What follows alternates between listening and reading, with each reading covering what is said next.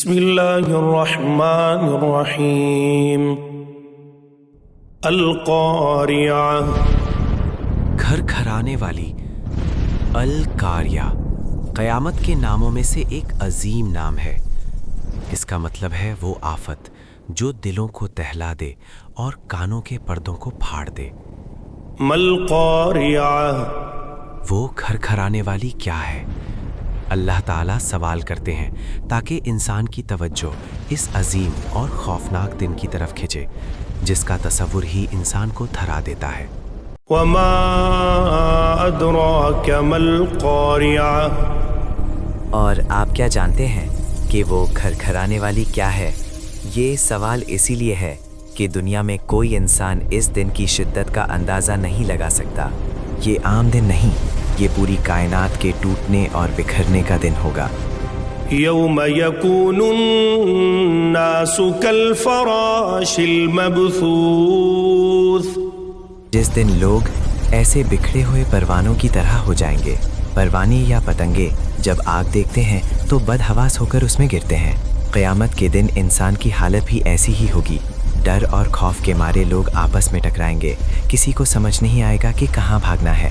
ہر طرف افراتفری کا عالم ہوگا۔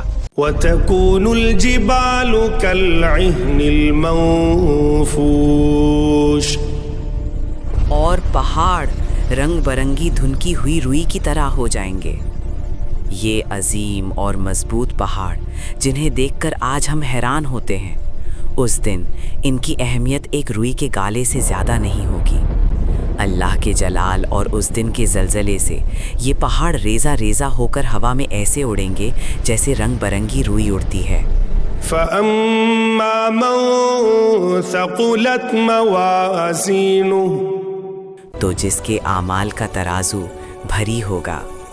قیامت کے دن جب انسان کے اعمال تولے جائیں گے تو جس خوش نصیب کی نیکیوں کا پلڑا بھری ہو جائے گا فهو فی عیشۃ راضیہ، تو وہ ایک پسندیدہ اور آرام دہ زندگی میں ہوگا، یعنی اسے ایسی جنت نصیب ہوگی جہاں ہر چیز اس کی مرضی اور پسند کی ہوگی۔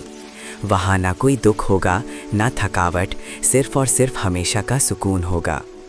وَأَمَّا مَنْ خَفَّتْ مَوَازِينُهُ، اور جس کے اعمال کا ترازو ہلکا پڑ جائے گا، اور وہ بد نصیب جس کی نیکیاں کم ہوں گی اور گناہوں کا بوجھ زیادہ ہوگا، جس نے دنیا میں اللہ کو بھلا دیا اور اپنی آخرت کے لیے کچھ جمع نہیں کیا، فَأُمُّهُ هَاوِيَةٌ، تو اس کا ٹھکانہ ہاویہ ہوگا۔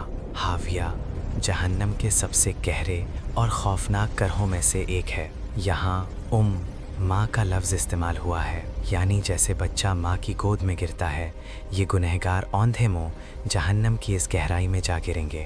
وَمَا أَدْرَاكَ مَا هِيَهْ، اور آپ کیا جانتے ہیں کہ وہ کیا ہے؟ اللہ تعالیٰ سوال کرتے ہیں تاکہ ہاویہ کی خوفناکی اور شدت کا اندازہ ہو سکے۔ یہ کوئی عام گاڑی نہیں بلکہ تباہی اور عذاب کی انتہا ہے۔ نار حامیہ، وہ ایک بھڑکتی ہوئی نہایت تیز آگ ہے۔ یہ دنیا کی آگ جیسی نہیں ہے۔